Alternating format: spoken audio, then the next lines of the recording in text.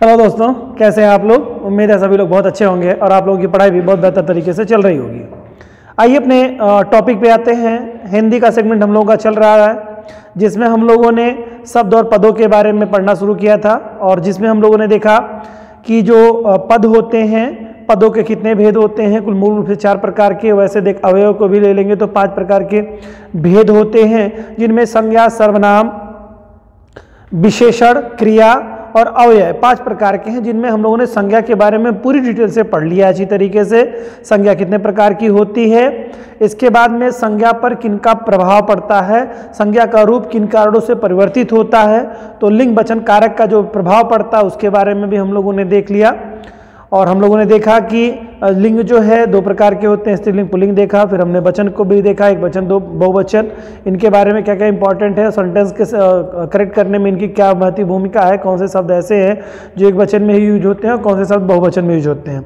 इसके बाद हम लोगों ने लास्ट वीडियो जो देखा वो कारक का देखा, जिसे विभक्ति और परसर्ग भी के नाम से भी जाना जाता है। उसके वीडियोस को हम लोगों ने लास्ट डे देखा और उसको हम लोगों ने कारकों को भी कुल 8 प्रकार के जो कारक हैं उनको डिटेल में पढ़ने का प्रयास किया और उम्मीद है कि वो बहुत अच्छे से आपको समझ में आ गया होगा, उसमें कोई दिक्कत नहीं होगी, क्योंकि कारक जो है एक बहुत महत्वपूर्ण सेगमेंट है जिससे क्वेश्चन मोस्टली आते ही आते हैं। संज्ञाओं में भाववाचक संज्ञा से क्वेश्चन आते ही आते हैं एग्जाम में, ऑलमोस्ट क्वेश्चन फंसते ही फंसते हैं। शायद ही कोई परीक्षा हो जिसमें संज्ञा, सर्वनाम और इस तरह की चीज़ें पूछी जाएं और उसमें भाववाचक संज्ञा से प्रश्न ना आया हो, मोस्टली आता ही आता है। उसी तरह से कारकों से एक क्वेश्चन निश्चित तौर से बनता ही बनता है। इसी क्रम में हम लोग अब आज आ गए हैं अपने सर्वनाम पर, और सर्वनाम के बारे में आज हम लोग देखेंगे। इसका जो दूसरा है हम लोगों का, पदों का जो दूसरा स्थान रखता है उसके बारे में देखेंगे। तो आइए स्टार्ट करते हैं। और सर्वनाम कितने प्रकार के होते हैं, एग्जाम में क्वेश्चन इस तरह से पूछता है आपको। ये मूल रूप से 6 प्रकार के होते हैं सर्वनाम। संज्ञा जैसे 5 प्रकार की होती है, उसी तरह से सर्वनाम 6 प्रकार के होते हैं। एग्जाम में क्वेश्चन पूछा हुआ है ये। इसके अलावा कौन से सर्वनाम का प्रयोग कहाँ कैसे किया जाता है और कौन सा सर्वनाम क्या होता है, उसके बारे में भी सारी डिटेल हम लोग देखने वाले हैं। आइए स्टार्ट करते हैं। जैसा कि हम लोगों ने देखा कि लास्ट वीडियो जो देखा, जो संज्ञा का देखा, संज्ञा का मतलब क्या होता है, जो नाम है वो संज्ञा है, ठीक है, जो नाम है वो संज्ञा है, ये बात आप जानते हैं। यानी किसी भी व्यक्ति, वस्तु, स्थान अथवा भाव के नाम जो नाम है वो सभी संज्ञाएं कहलाती हैं। और तो सर्वनाम क्या है, तो सर्वनाम क्या है, यहाँ पर सर्वनाम के लिए आप यूज करेंगे कि स्त्री और पुरुष दोनों, जो सभी का नाम हो। जैसे इसमें समझ लीजिए कि यहाँ पर आपको ध्यान देना होगा, सेंटेंस में एक वाक्य को, एक शब्द को ध्यान देना होगा आपका। जो सभी का नाम है वह सर्वनाम है, जो सभी का नाम है वह सर्वनाम है। यानी कि स्त्री और पुरुष, महिला और पुरुष, या कहिए कि हर व्यक्ति, प्रत्येक प्राणी, ठीक है, प्रत्येक प्राणी मतलब यानी कि प्राणियों में यहाँ पे मनुष्य की बात हो रही है और मनुष्यों में स्त्री और पुरुष दोनों आते हैं आपको। तो जो सभी के लिए नाम प्रयुक्त होते हैं वो सर्वनाम होते हैं। जैसे कुछ एक सर्वनाम के नाम मैं यहाँ बताऊंगा, उसके बाद में ढेर सारे सर्वनाम हमारे हैं, उन सर्वनामों की भी चर्चा करेंगे हम लोग। तो सर्वनाम मूल रूप से अगर आप देखेंगे तो मैंने बताया कि जो सभी का नाम हो वो सर्वनाम है। जैसे सभी व्यक्ति अपने लिए मैं का प्रयोग करते हैं, ये क्या है, सर्वनाम है। सभी लोग अपने लिए किसका प्रयोग करते हैं, मैं का प्रयोग करते हैं, तो सर्वनाम है। दूसरों के लिए सभी लोग तुम या आप का प्रयोग करते हैं। जैसे मैं अगर किसी व्यक्ति के लिए बात करूं, मुझसे अगर सीनियर हैं, बड़े हैं, तो मैं उन्हें क्या कहूंगा, आप कहूंगा। आप भी अपने से बड़े व्यक्ति को आप ही कहेंगे। और जो आपके छोटे व्यक्ति हैं, दूसरे के लिए उन्हें क्या कहेंगे कि तुम आ जाओ, तुम चले जाओ, या इस तरह के छोटे व्यक्तियों के लिए आप सभी लोग तुम यूज करेंगे। और हर व्यक्ति अपने लिए मैं का प्रयोग करता है। तो यहाँ पर जो सभी का नाम हो वह सर्वनाम होता है। यानी मैं यहाँ पर शब्द है वो सभी अपने लिए यूज करते हैं, यानी ये सबका नाम है मैं, तो ये सर्वनाम है। तुम सबका नाम है, सभी लोग दूसरे के लिए तुम का प्रयोग करते हैं या आप का प्रयोग करते हैं, ठीक है, तो क्या हो गया, आप या तुम सभी क्या है, सर्वनाम है। क्लियर हो रहा है। तो इस तरह के शब्द जो होते हैं वो सभी सर्वनाम, और सर्वनाम की डिफिनेशन में है जो सभी का नाम हो वो सर्वनाम हो, ठीक है। अब आइए देखते हैं कि सर्वनाम, तो सर्वनाम आपके कुल 6 प्रकार के होते हैं, जिसमें आप लोग इसको बहुत बारीकी से देख लीजिए। कि 6 प्रकार के सर्वनाम कौन कौन से हैं। तो एग्जाम में क्वेश्चन पूछा है कि सर्वनाम के कितने भेद होते हैं। तो सर्वनाम के मूल रूप से आपके 6 भेद होते हैं। इसमें पहला जो भेद है पुरुषवाचक सर्वनाम, निश्चयवाचक सर्वनाम, अनिश्चयवाचक सर्वनाम, फिर आपके इसके बाद में संबंधवाचक सर्वनाम है, और इसके अलावा आपका प्रश्नवाचक और निजवाचक सर्वनाम है। ठीक है, तो एक बार फिर से देख लीजिए इसमें से कौन कौन से हैं। एक तो निश्चयवाचक, एक अनिश्चयवाचक। ठीक है, पुरुषवाचक सर्वनाम है। ये जो मेन सर्वनाम आप देखेंगे तो इनको आपको बिल्कुल ध्यान में रखना होगा। तो निश्चयवाचक, अनिश्चयवाचक, पुरुषवाचक सर्वनाम, प्रश्नवाचक सर्वनाम, संबंधवाचक सर्वनाम और निजवाचक सर्वनाम, कुल 6 प्रकार के सर्वनाम आपके हैं। इन 6 सर्वनामों को आपको जानना होगा। ठीक है, और एक सवाल इसका जो सबसे महत्वपूर्ण आता है, एग्जाम में क्वेश्चन पूछता है, उसको भी पहले जान लेते हैं कि आप देख रहे हैं यहाँ पर इन सर्वनामों के अंतर्गत यानी पुरुषवाचक, निश्चयवाचक, अनिश्चयवाचक, संबंधवाचक, निजवाचक और प्रश्नवाचक सर्वनामों में आप देख रहे हैं बहुत सारे सर्वनाम यहाँ लिखे गए हैं। तो मूल सर्वनाम कितने प्रकार के होते हैं, एग्जाम में क्वेश्चन यहाँ से भी पूछा है। तो कुल मूल सर्वनामों की संख्या जो है 11 है। 11 मूल सर्वनामों की संख्या कुल कितनी है? 11 मूल सर्वनाम आपके हैं। ये मूल सर्वनाम 11 कौन कौन से हैं ये भी आपको जानना बहुत ही जरूरी है। तो आइए इसको भी देख लेते हैं, मूल सर्वनाम कौन कौन से हैं, इनको आप अपने दिमाग में रख लीजिए। ठीक है, मूल सर्वनाम आपका जो है वो पहला सर्वनाम है मैं, हम। इसमें पहला दूसरा कुछ नहीं होता है कुल टोटल 11 सर्वनाम है। तो 11 सर्वनाम कौन कौन से हैं ये आपको याद होने चाहिए। मैं है, हम है, तू है, तुम है, यह है, वह है, कोई है, जो, सो है, कौन है, आप है। ये कुल टोटल 11 सर्वनाम आपके हैं। आप काउंट करेंगे तो 11 होंगे। इन 11 सर्वनामों के बारे में आपको पता होना चाहिए। तो एग्जाम में पूछेगा कि मूल सर्वनाम निम्न में से कौन नहीं है, तो कौन नहीं है तो आपको मालूम होना चाहिए 11 है। ठीक है, तो 11 में आपका कौन है? जो, सो तो आसान हो गया आपका। आप है, कौन है? जो, सो, कौन, आप। ठीक है, कोई, यह, वह, मैं, हम, तू, तुम, ये 11 सर्वनाम आपके हो गए। ठीक है, इन 11 सर्वनामों को आप लोग याद कर लीजिएगा अच्छी तरीके से, एग्जाम में से क्वेश्चन पूछेगा। आइए अब डिटेल करते हैं कि पुरुषवाचक सर्वनाम क्या होता है। इसमें पुरुषवाचक सर्वनाम में देखेंगे कि किसी सेंटेंस की जो शुरुआत होती है, जो स्टार्टिंग रहेगी, उसमें पुरुषवाचक सर्वनाम अगर वह वाक्य शुरू हो रहा है मैं, हम,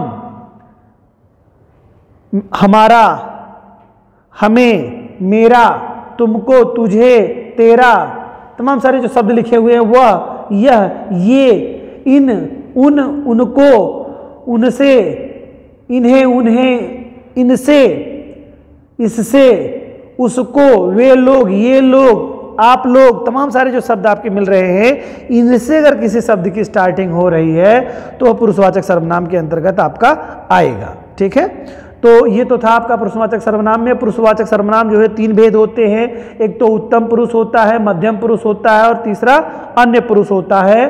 तो उत्तम पुरुष का मतलब होता है मध्यम पुरुष का जो अर्थवाचक सर्वनामों का जो प्रयोग होता है वह स्त्री और पुरुष के नामों की जगह पर प्रयोग किए जाते हैं पुरुषवाचक सर्वनाम। अब पुरुषवाचक सर्वनाम स्त्री और पुरुष के नामों के स्थान पर जो यूज किए जाते हैं तो उसमें अगर प्रधानता के आधार पर देखेंगे कि जैसे अगर है वहाँ पर वो वाक्य कह रहा है कि मैं, हम, मैंने, हमने, मेरा, हमारा, मुझे, मुझको, इनसे शुरू हो रहा है, किसकी जगह पर? संज्ञा की जगह पर प्रयोग किया गया, मतलब सर्वनाम की जगह पर प्रयोग किया गया है। भाई सर्वनाम क्या है? संज्ञा के स्थान पर जो शब्द प्रयोग किए जाते हैं सर्वनाम होते हैं। यानी मेन लीड में किसी का नाम यहाँ पर क्या होता था? संज्ञा में क्या होता था? नाम होता था बच्चों। यहाँ पर नाम की जगह पर, स्त्री और पुरुष की जगह पर अगर इन शब्दों से शुरुआत हो, या मैं, हम, मैंने, हमने, मेरा, हमारा, मुझे, मुझको, इन शब्दों से स्टार्टिंग हो तो वहां पर कौन सा होगा? उत्तम पुरुष माना जाएगा, उसको उत्तम पुरुष होगा वहां पे। लेकिन अगर वही शब्द तू, तुम, ठीक है, आप, तुमने, मुझे, तुझे, तुमसे, तुम, लोग, आप लोग, ये इन शब्दों से अगर स्टार्टिंग हो रही है तो वहां मानेंगे मध्यम पुरुष है वो। ठीक है, मध्यम पुरुष के अंतर्गत आएगा। और अगर वही सेंटेंस यह, वह, ये, वे, उन, इन, उनको, उनसे, इन्हें, उन्हें, इससे, उसको, वे लोग, ये लोग, इनसे अगर स्टार्टिंग होती है तो अन्य पुरुष माना जाएगा। मतलब समझ रहे हैं ना? स्त्री और पुरुष के नाम की जगह पर इन शब्दों, इन टोटल शब्दों में से इन शब्दों का प्रयोग होगा तो अन्य पुरुष माना जाएगा उसमें। इन शब्दों का से शुरुआत हो रही है तो माना जाएगा क्या, आपका मध्यम पुरुष माना जाएगा, और इन शब्दों से शुरुआत हो रही है तो उत्तम पुरुष आपका माना जाएगा। ठीक है, आप अच्छी तरीके से समझ चुके होंगे। अब देखते हैं निश्चयवाचक सर्वनाम के अंतर्गत क्या आता है और निश्चयवाचक सर्वनाम किसे कहते हैं। तो निश्चयवाचक सर्वनाम जो होता है यानी कि यह निश्चितता को इंडिकेट करेगा। इसके अंतर्गत अगर हम समझने का प्रयास करें, इसकी डिफिनीशन है निकट या दूर के व्यक्तियों या वस्तुओं के लिए, निकट या दूर के व्यक्तियों या वस्तुओं के लिए निश्चयात्मक संकेत जिन शब्दों से व्यक्त होता है, निश्चयात्मक यानी कि निश्चितता, श्योरिटी जिन शब्दों से होती है, किसके लिए, व्यक्तियों के लिए या वस्तुओं के लिए निश्चयात्मक संकेत जिन शब्दों से मिलते हैं वे निश्चयवाचक सर्वनाम होते हैं। ठीक है, जैसे सेंटेंस में अगर आप देखेंगे या यहाँ पर कोई चीज, अगर कोई निश्चित चीज हो और वह पास की हो, और कोई चीज क्या हो, निश्चित तो हो लेकिन दूर की हो, ठीक है, वह दूर हो, कोई चीज निश्चित हो पास हो और कोई चीज निश्चित हो लेकिन दूर हो, तो अगर निश्चित है और पास है यानी निकटवर्ती है तो उसके लिए यह ये ठीक का प्रयोग होगा, और दूर है तो वह वे। जैसे अगर दूर के लिए है वह उसकी मेज है, मतलब वह मेज जो है जो कि दूर है उसकी है, ठीक है, किसी व्यक्ति की है उसकी है, यानी श्योरिटी है कि किसी की तो है। ठीक है, यह निश्चितता का बोध होगा तो निश्चयवाचक सर्वनाम हो जाएगा। ठीक है, अगर वहीं पर देखिए यह मेज राम की है, वह मेज राम की है, तो राम क्या अगर संज्ञा हो जाता, लेकिन चूंकि हम लोग पढ़ रहे हैं सर्वनाम, तो सर्वनाम वहां क्या लगेगा, वहां पर राम की जगह पर क्या है, वह उसकी मेज है। ठीक है, वह उसकी मेज है, जैसे यहाँ पर शब्द है ना कि वो चीजें हैं, वह उसकी मेज है, तो वह किसकी मेज है, उसकी मेज है, मतलब राम की मेज है। ठीक है, तो वहां पर क्या, वह जो शब्द हो रहा है, वह जो शब्द हो रहा है किसके लिए जो रहा है, मेज के लिए जो रहा है, वह उसकी मेज है, वह उसकी मेज है, वह जो है वह उसकी मेज है, यानी वह मतलब वह जो मेज है वह राम की मेज है। तो यहाँ पर जो शब्द है, यहाँ पर संज्ञा की जगह पे सर्वनाम यूज जो किया जा रहा है निश्चित चीज के लिए, तो वहां पर क्या निश्चित चीज है लेकिन वो दूर की है, तो उसके लिए वह और वे शब्द का यूज होगा। जैसे वे तुम्हारे आदमी हैं, मतलब जैसे वर्कर हैं या पति हैं, ठीक है, किसी महिला के हस्बैंड हैं या कोई वर्कर है, जैसे यहाँ दो सेंस में इसको यूज कर सकते हैं, वे तुम्हारे आदमी, यानी वे लोग जो आदमी वर्कर हैं वो तुम्हारे आदमी हैं, काम करने आए हैं या जिस भी पर्पज से आए हो। ठीक है, इस सेंस में, या कोई महिला है वे कह रहे हैं वे तुम्हारे आदमी हैं। ठीक है, अब यहाँ पर एक के लिए नहीं, वे है तो यानी कि ढेर सारे पर्सन होंगे, बहुत सारे पर्सन, वे एक व्यक्ति के लिए नहीं यूज होता है। ठीक है, वे तुम्हारे आदमी हैं, यहाँ पर सेंस इसीलिए है कि वे लोग तुम्हारे आदमी हैं। ठीक है, यहाँ सेंस हो यानी दूर के लोग हम पास में है नहीं, अगर यही चीज ये निश्चित है कि वो तुम्हारे आदमी है, श्योरिटी है इसमें, ये निश्चितता निश्चयवाचक सर्वनाम हो जाएगा। यहाँ पर सभी के आगे आप कर लेंगे क्या, सर्वनाम। ठीक है, सर्वनाम। ठीक, इसी तरह से आप देखेंगे दूसरा, यह मेरी पुस्तक है, यह मेरी पुस्तक है, मतलब मीन्स ये निश्चित है, श्योर है कि ये मेरी पुस्तक है, तो निश्चयवाचक सर्वनाम हो जाएगा। ठीक है, इसके अलावा क्या, ये मेरे हथियार हैं, यानी कि ये मेरे हथियार हैं, ये तमाम सारे जो हथियार रखे हुए हैं मेरे हैं, यानी निश्चितता है, श्योरिटी है, तो कौन सा हो जाएगा, निश्चयवाचक सर्वनाम हो जाएगा बच्चों। क्या हो जाएगा, सर्वनाम। ठीक है, निश्चयवाचक सर्वनाम। इसके अलावा देखिए अनिश्चयवाचक सर्वनाम में क्या होगा, इसमें इसका अपोजिट होगा कि निश्चितता नहीं होगी।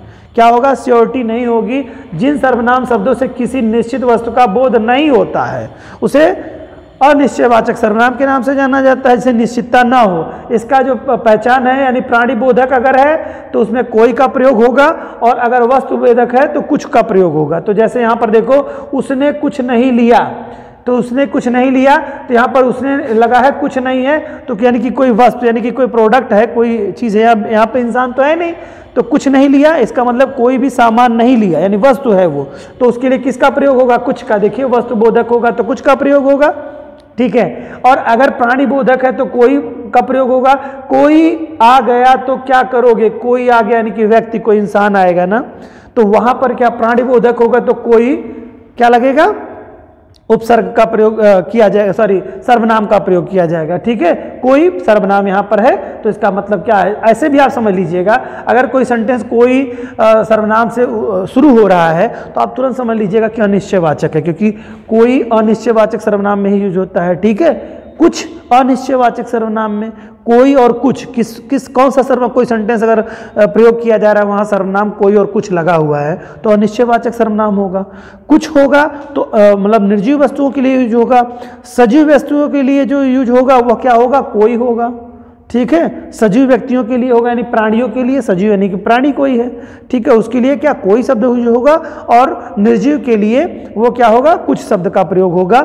लेकिन वहां पर किस में, अनिश्चयवाचक सर्वनाम में। वही निश्चयवाचक सर्वनाम में यह, ये और वह, वे शब्द का प्रयोग होगा और निश्चितता का बोध कराएगा, तो वहां पर कौन, निश्चयवाचक सर्वनाम होगा। यानी कोई सेंटेंस जैसे देखिएगा, यह ए से और यह वह वे से शुरू हो रहा है और श्योरिटी बता रहा है, जैसे यह पेन मेरी है यानी निश्चितता है, तो कौन सा निश्चयवाचक सर्वनाम। वह मेज उसकी है, वह गाड़ी उसकी है, इसका मतलब निश्चित हो रहा है, तो निश्चयवाचक सर्वनाम समझ गए होंगे आप। किसी सेंटेंस को देखेंगे तो आप समझ जाएंगे, तो अनिश्चयवाचक सर्वनाम हो गया। इसी तरह बच्चों संबंधवाचक सर्वनाम, संबंधवाचक सर्वनाम की पहचान क्या हो, तो इसमें जो शब्द लगा होगा, इसमें जो सर्वनाम शब्द होगा वो जो सो से स्टार्ट हो रहा होगा। ठीक है, जो से स्टार्ट होगा या कंजक्शन के माध्यम के रूप में जो और सो उसमें प्रयोग किया गया होगा। ठीक है, और मूल रूप से जो से शुरू होगा, बीच में से आपका होगा। जैसे कोई शब्द मैं ले लेता हूं, इसमें क्या होता है, संबंध यानी रिलेशन बनाएगा। जिस सर्वनाम से किसी दूसरे सर्वनाम से संबंध स्थापित किया जाए, एक सर्वनाम दूसरे सर्वनाम से जुड़ेगा।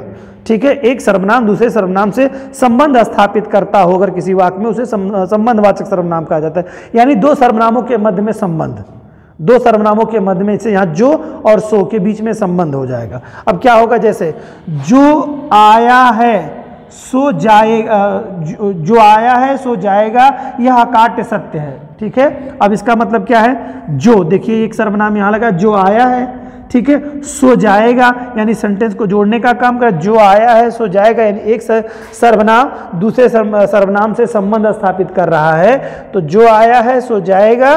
ठीक है, यह अकाट्य सत्य है, या कुछ भी आप लिख सकते हैं, या इतने ही सेंटेंस लिखिए, जो आया है सो जाएगा, तब भी आपका सेंटेंस बन जाता, तो उसमें कोई दिक्कत नहीं, एक सर्वनाम दूसरे सर्वनाम से जुड़ रहा है, इस नाते आपको यहाँ पर कौन सा हो जाएगा, संबंधवाचक सर्वनाम। और संबंधवाचक सर्वनाम जो सो होगा तो संबंधवाचक सर्वनाम। कोई सेंटेंस आप पर देखेंगे, पूछेगा इसमें कौन सा सर्वनाम का प्रयोग किया गया है, तो संबंधवाचक सर्वनाम। ठीक है, जो सो। ठीक है, इसके अलावा बच्चों प्रश्नवाचक सर्वनाम, ये तो आप सभी बहुत अच्छी तरीके से जानते हैं।